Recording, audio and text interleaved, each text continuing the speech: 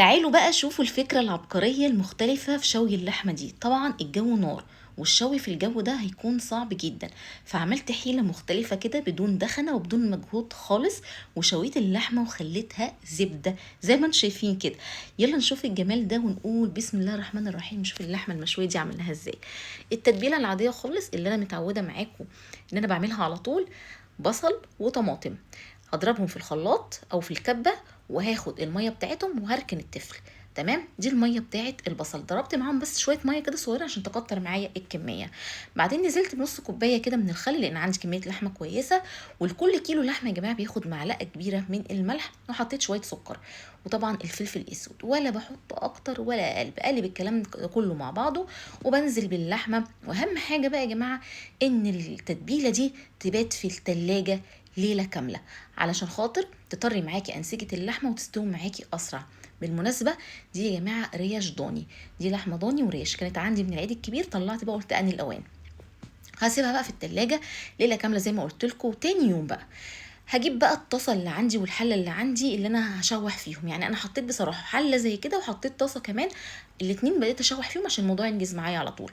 المهم ان انا بسخن الحله فاضيه، ما بحطش اي ماده دهنيه نهائي خالص لان اللحمه الضاني كلها دهون.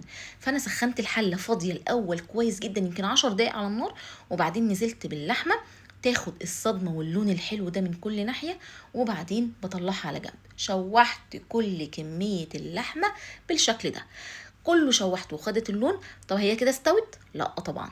جبت بقى ايه؟ جبت صينيه، جبت فيها ورقه زبده كده حلوه، وحطيت فيها كميه اللحمه كلها زي ما انتم شايفين كده اللي هي متشوحه. وفي الوقت ده كنت مشغله الفرن بتاعي على اعلى حراره 250، الرف اللي في النص، وقفلت كده على اللحمه، كمرتها كويس جدا. واوعي تحطي ميه، لو احنا حطينا ميه هتبقى لحمه مسلوقه وش، احنا بنشوي لحمه مش بنسلق لحمه، فمن غير ميه من غير اي حاجه نهائي. قمت كامره الصينيه بورقه فويل ودخلت الكلام ده الفرن لمده ساعه الا ربع. ده عشان الخروف كان برقي ولحمته بتستوي بسرعه. طبعا كل واحد حسب نوع اللحمه بتاعته، لو انتوا لحمتكم مش بتستوي اسرع لا طولوا المده عن كده. بعد كده طلعتها وشلت ورقه الفويل، وتعالوا نشوف بقى الجمال. يا نهار ابيض على الجمال والحلاوه. زبده يا جماعه، بصوا اهو قطعة اللحمة بتتقطع دايبة دوب، وريحتها خطيرة خطيرة خطيرة. هنسكت على كده؟ لا، انا عايزة اوريكم بس تسوية. بصوا، مجرد ما انا طالما العظمة فصلت من اللحم بدون اي قطعة لحم بالشكل ده، طبعا اعرفوا ان هي مستوية 200% مش 100%. شايفين السوا خطير خطير، وريحتها يا جماعة لحمة مشوية خطيرة. وطبعا ولا دخنة ولا كان في اي دخان في البيت ولا اي حاجه خالص. طبعا عشان انا ازود طعم بقى الفحم او انا اخد طعم الفحم الحلو، وولع حته فحمايه كده او فحميتين 3 براحتكم بقى. ومن نفس الدسم اللي موجود في اللحمه اللي نزل منه هحط كده حته لحمه واكمرها كمره كمان، وبعد 5 دقايق هكشف عليها.